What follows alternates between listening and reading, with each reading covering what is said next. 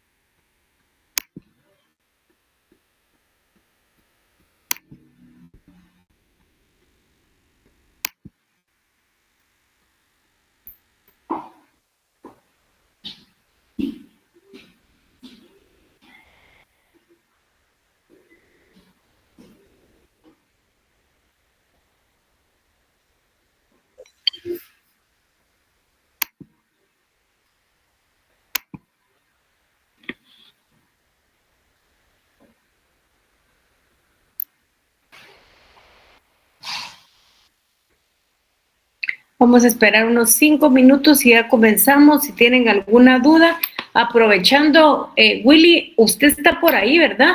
¿Ya entró? Willy, ¿usted ya entró? Porque yo ya lo miro aquí con el nombre. Sí, Ligla, aquí estoy presente. Mucho gusto en saludarlo. Es que fíjese que le quiero pedir favor que les mandemos ya el laboratorio de la ley del impuesto único sobre inmuebles. Ok. ¿Sí? Tal vez mañana y el martes les mandamos que es la ley de timbres fiscales y papel especial de protocolo. Muy bien, de acuerdo. Muchas gracias. Pues, perdone, Ligla, una duda. Es que como ¿Sí? estoy recién ingresando ahorita, esta es la segunda clase que ya dio la otra anterior, ¿va? Sí, esta es la sección A ahorita. La anterior fue la B, ya la dio. La anterior fue la B, Me voy a exactamente. poner de acuerdo con el monitor para también enviarle lo mismo, entonces. Ok, si me hace favor, muchas gracias. No.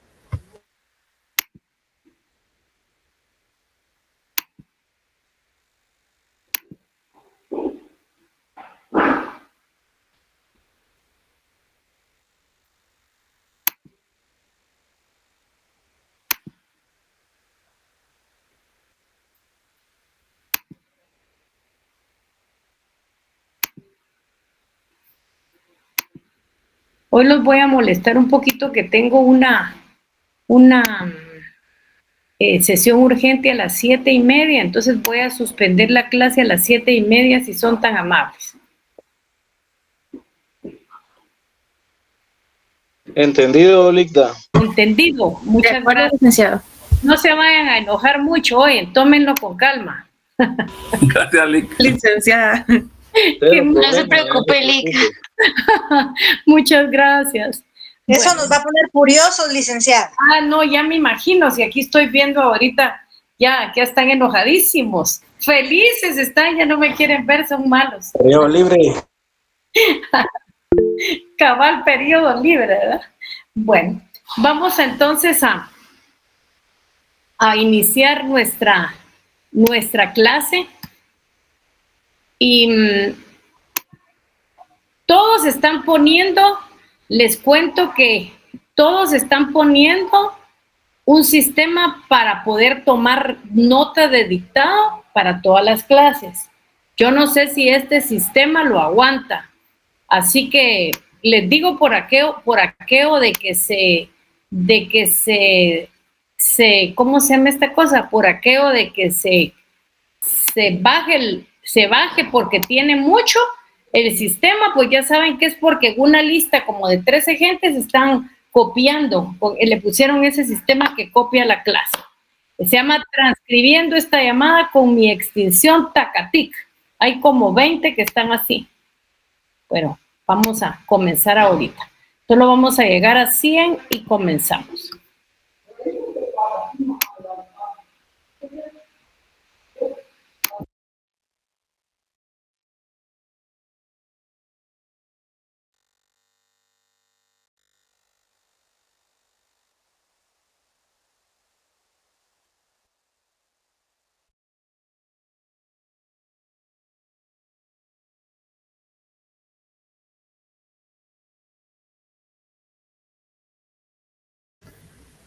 Buenas noches, jóvenes. Me parece que la doctora se salió porque ahorita me moví a ver si les mandaba el enlace para poder mandarles la información de los laboratorios. ¿Alguien me puede informar? ¿Salió ella, va? Sí se retiró. Bueno. Entonces voy a aprovechar el espacio. No sé si se encuentra presente Yul, la persona que dejamos de monitor. Sí, Lic. Buenas noches. Vale. Yo le acabo de mandar el enlace para que ustedes lo compartan o que los demás se sumen a ese enlace para que pueda mandarle yo ya el laboratorio que me indica la doctora Nájera. A ver si revisa su celular y lo comparte en el chat de todo el grupo para que lo sepan y se sumen a este enlace de WhatsApp de tributario. Sí, con mucho gusto, ya lo comparto. Muchas gracias. Gracias, doctora.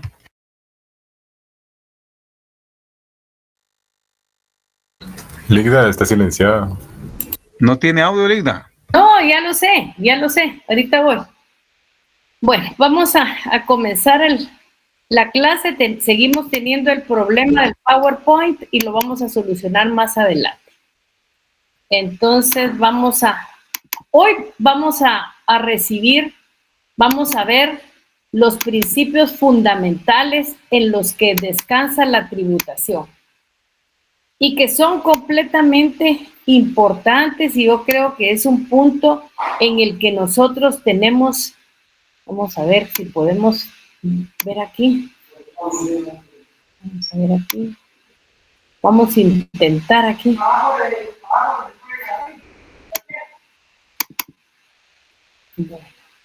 Ahí se mira, Ligda. Sí se ven las diapositivas, licenciada. Mira, pero creo que el problema que tenemos es que no los puedo menear. Vamos a ver si es el mismo problema. Ya lo tendré que arreglar la facultad. Entonces, permítanme, estoy haciendo las dos cosas porque ahora todos hay que ingresarlos, dejar de compartir. Bueno, entonces vamos a irnos como estábamos la semana pasada por lo que es lo que nos queda. Entonces yo les estaba diciendo que es completamente importante que tengamos claro los principios fundamentales de la tributación. Naturalmente, hay más principios, pero nuestro programa solo tiene 5. ¿Cuáles son esos principios que hoy vamos a ver? tenemos el principio de legalidad, el principio de capacidad de pago, el principio de igualdad, el principio de proporcionalidad, y luego de mencionar a estos principios, los vamos a ver en nuestra Constitución Política de la República de Guatemala. Vamos a comenzar a hablar de lo que es, el principio de legalidad. Así lo reconocemos nosotros en nuestra Constitución, pero en otros países y en otras constituciones, este principio es conocido como principio de reserva de ley. Este principio de legalidad o principio de reserva de ley es el principio base del sistema jurídico del Estado. ¿Qué significa? ¿Cómo lo debemos de entender? Es la sumisión del Estado ante la ley en materia tributaria. Y esa sumisión lo que evita son las arbitrariedades del Estado. El Estado solo puede cobrar impuestos si la ley lo faculta. Por consiguiente, el Estado no puede cobrar tributos que no estén basados en ley. No puede exigirse un impuesto si no está fundamentado en una ley que demuestre no solo su existencia, sino el deber del contribuyente de cumplirlo y el Estado de exigirlo. Ustedes saben que nosotros estamos obligados a contribuir a los gastos del Estado. Y la manera en que nosotros contribuimos a los gastos del Estado es pagando impuestos. Todos, por favor, ubiquémonos en el artículo 135 de la Constitución. Deberes y derechos cívicos. Son derechos y deberes de los guatemaltecos, además de los consignados en otras normas de la Constitución y leyes de la República, los siguientes, y hay varios incisos. A nosotros nos interesa el inciso D, contribuir a los gastos públicos en la forma prescrita en la ley. Este principio de legalidad o principio de reserva de ley es un principio de juridicidad. ¿Cómo deben ustedes entender esto? Esto quiere decir que debe de existir una norma jurídica previa que contenga determinado tributo. Este principio significa que no puede haber tributo sin previa ley que lo establezca. Y se apoya en la máxima romana nullum tributum sine lege, que traducido al español significa nulo es el tributo que no esté autorizado por una ley. Y aquí vamos a estudiar lo que dice Ernesto Flores Zavala. Ustedes saben que Ernesto Flores Zavala tiene un libro que se llama Elementos de las Finanzas Públicas Mexicanas. En este libro indica que significa que los tributos se deben establecer por medio de leyes, tanto desde el punto de vista material como formal. ¿Qué quiere decir esto? Esto quiere decir que debe de establecerse por medio de disposiciones de carácter general, abstractos, impersonales, emanadas del Poder Legislativo. Y lógicamente, eso es una ley. Este principio es una garantía constitucional del derecho tributario, en cuya virtud se requiere que todo tributo sea sancionado por una ley entendida esta como la disposición que emana del órgano constitucional, que tiene la potestad legislativa conforme a lo establecido en la Constitución para la sanción de las leyes y que contienen norma jurídica. Este principio tiene su fundamento en la necesidad de proteger a los contribuyentes. ¿De qué dirán ustedes?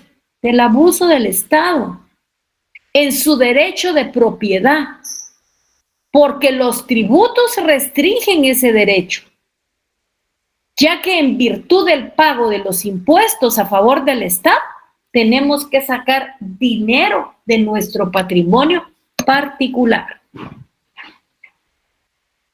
Para Neumark, en su libro Principios de la Imposición, este es un principio que se ha convertido en algo natural en una democracia interna. Dudas, preguntas, vamos a parar un poquito porque le voy a dar ingreso a los compañeros que están tocando la puerta, que son varios.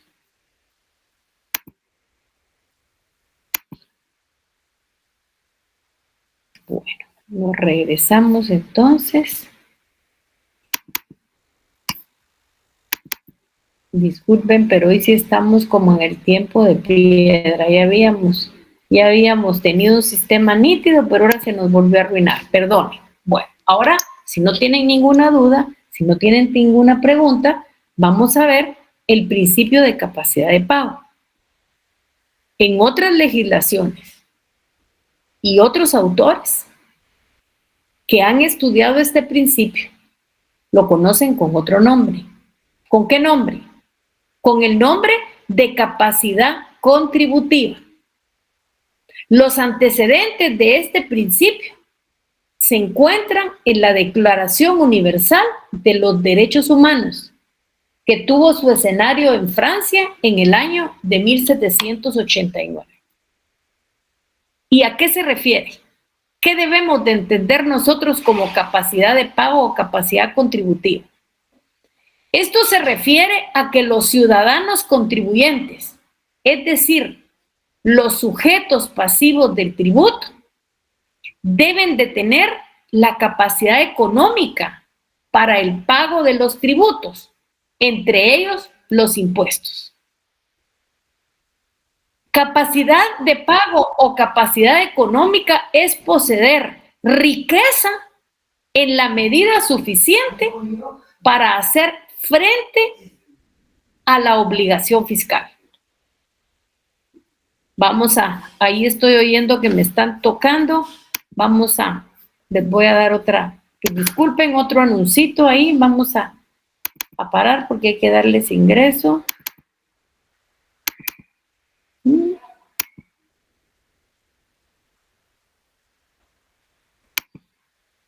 Bueno. Vamos entonces.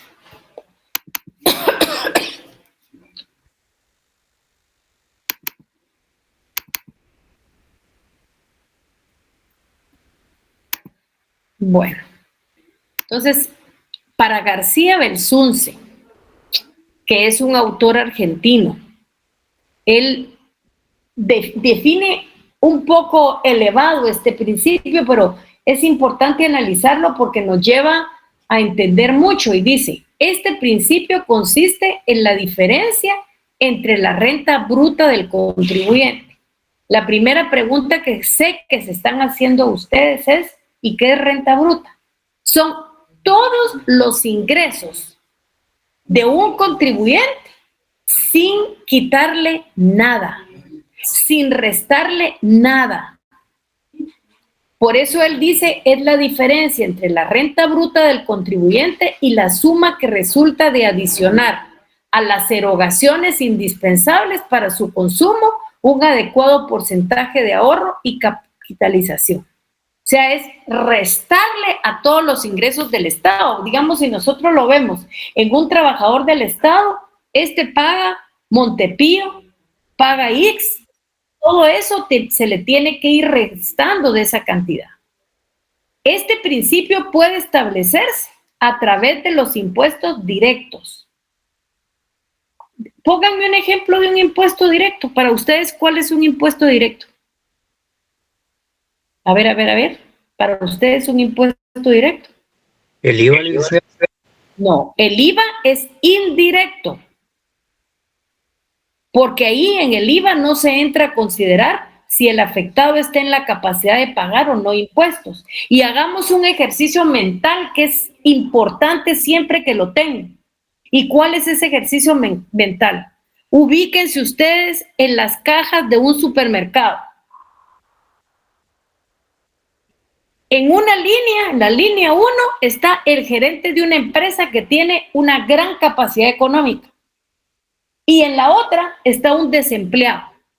Y los dos tienen un mismo interés. Y el mismo interés es comprar un litro de leche.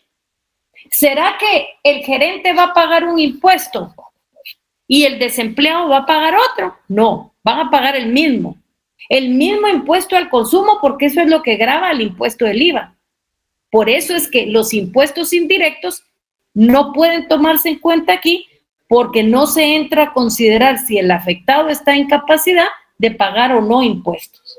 Pero el impuesto directo, por ejemplo, es el impuesto único sobre inmuebles. Aquí no va a pagar el mismo impuesto un bien que vale 20,000 quetzales o un bien que vale 10 millones de quetzales. Aquí sí se va a considerar la capacidad económica. ¿Alguien puso su micrófono? Buenas noches, licenciada. Buenas noches. Es lo que pasa con el impuesto de circulación, donde hay carros que pagan, los más recientes pagan más y otros pagan menos. Perfectamente bien, lo he entendido correctamente. Así es. Otro podría ser el ISR. También, unos ganan más y otros ganan menos. Exactamente, ese también es directo. Ahora vamos a ver el principio de igualdad. Este principio surge de un precepto constitucional que señala que todos los habitantes son iguales ante la ley y que la igualdad es la base del impuesto y de las cargas públicas. Todos los ciudadanos deben de colocarse ante el fisco en igualdad de condiciones. ¿Por qué? Porque de esa manera se evitan arbitrariedades. Si dos personas están en igualdad de condiciones, deben de ser tratados de igual manera. Pero ojo, el ser tratados de igual manera no significa que paguen lo mismo. ¿Por qué surge el principio de igualdad? Porque se desarrolló como un principio básico de la Revolución Francesa, que impulsó la sustitución de un sistema basado en una sociedad clasista, en donde querían que todos fueran iguales. Este principio de igualdad está sustentado por un orden jurídico en la igualdad de todos los hombres ante la ley. Y cuando digo hombres me refiero de manera general, hombres y mujeres ante la ley. ¿Cuál es la formulación teórica de este principio de igualdad? De igualdad. Que los ciudadanos de cualquier estado deben de contribuir al sostenimiento del gobierno en cuanto sea posible, en proporción a sus respectivas aptitudes. Y esto lo contiene el artículo 135 de la Constitución. Recuerden ustedes que en Francia, antes de la Revolución Francesa, el gobierno era monárquico.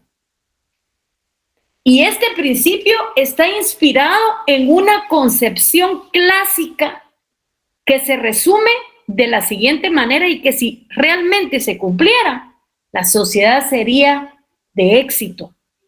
En primer lugar, vivir honestamente. Pero aquí perdimos el nivel de la honestidad. Nos gusta el dinero, independientemente de dónde viene. Ellos le llamaban a esto honeste vivir honestamente. En segundo lugar, no hacer mal al otro. Ellos lo llamaban menimen laedere. Y el tercera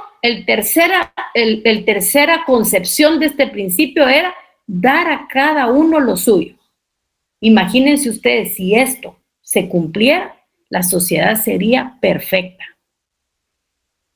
No nos gusta vivir honestamente, le queremos hacer mal al vecino, no queremos darle a cada quien lo suyo, y esto nos ha desviado un poco el tipo de sociedad.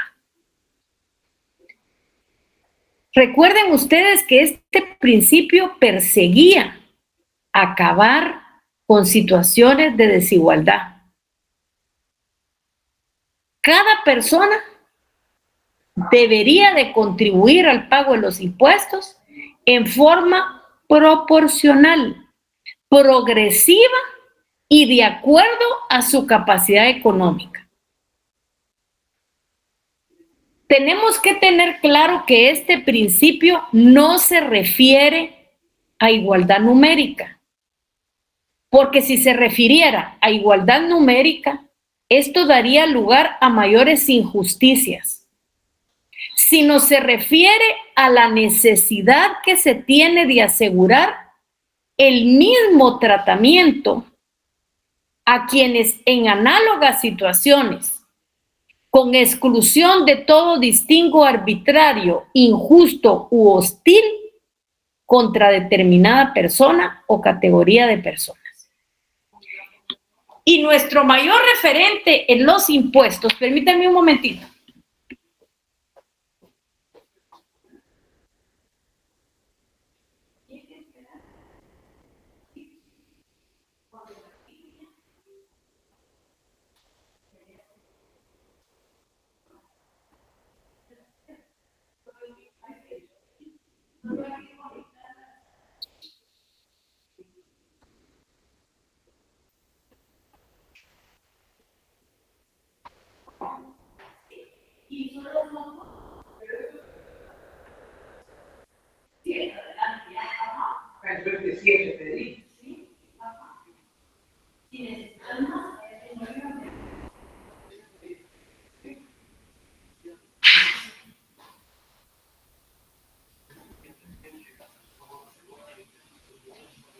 Disculpe. Entonces, para Adam Smith, que es nuestra referencia en el libro La riqueza de las naciones, él ya reflexionaba sobre la idea de que los súbditos debían contribuir con el Estado. ¿Y qué decía él? Deberían de contribuir en proporción a sus respectivas capacidades, lo que significa imponer la misma contribución a quienes están en desigualdad, situación económica. Y eso sería tan injusto como que todas tengan que ser gravados de forma distinta. Y eso es lo que pasa en los impuestos indirectos. Cuando miramos el IVA, el impuesto es pagado por todos generalmente. Ahora, Giuliani von Rusch, ¿qué dice él?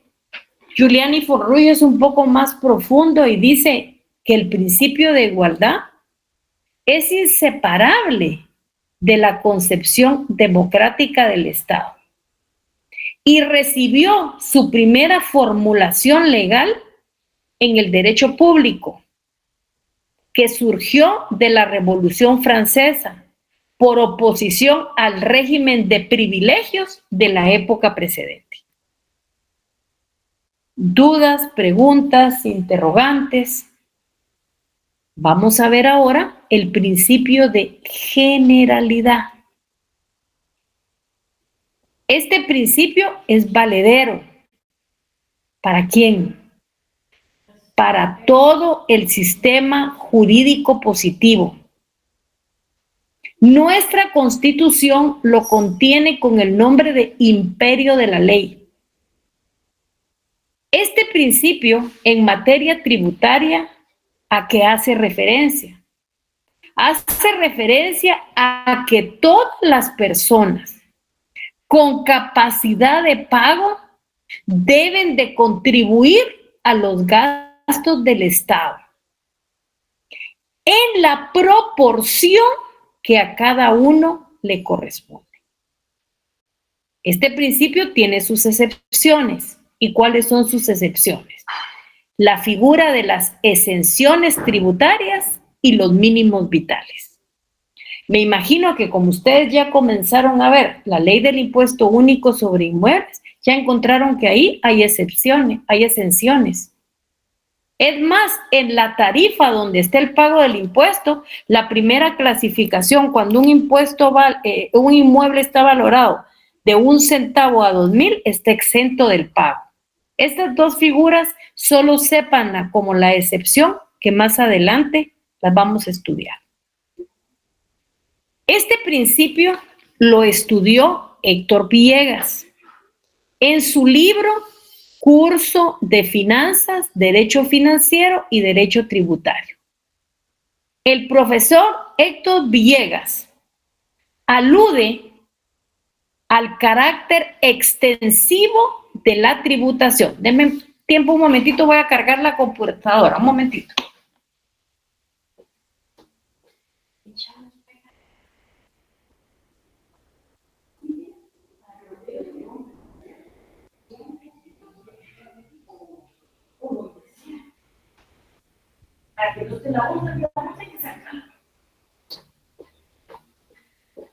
Entonces les decía que él decía que este principio alude al carácter extensivo de la tributación y significa que una persona física o ideal se halla en condiciones que marca la ley y ahí está la aparición del deber de contribuir. Este deber debe de ser cumplido cualquiera que sea el carácter del sujeto, categoría social, sexo, nacionalidad, edad o estructura. Otros autores decían que el legislador establece dentro de la ley exenciones y deducciones. Y para Harach, las exenciones y las deducciones eran las violaciones a este principio. Si se recuerda, esto se sume a los mínimos vitales. Entonces ya sería que dentro de la ley se establecen las exenciones, los mínimos vitales y las deducciones. Unos autores los llaman como excepciones, pero Harach dice son las violaciones a este principio. Este principio se refiere más a un aspecto negativo que positivo.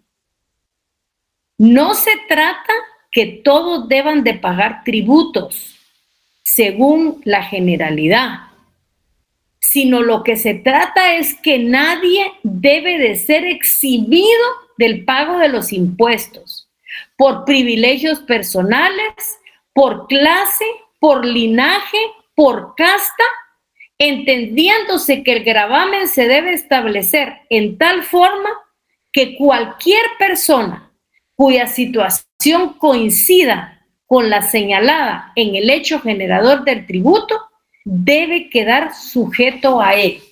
Y para explicar este aspecto les voy a decir lo siguiente.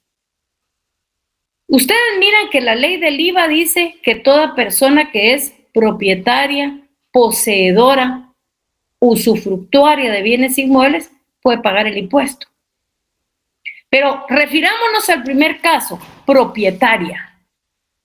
Si ustedes son propietarias de un bien inmueble, el contenido de la ley se va a relacionar con la realidad fáctica y va a surgir el pago del impuesto.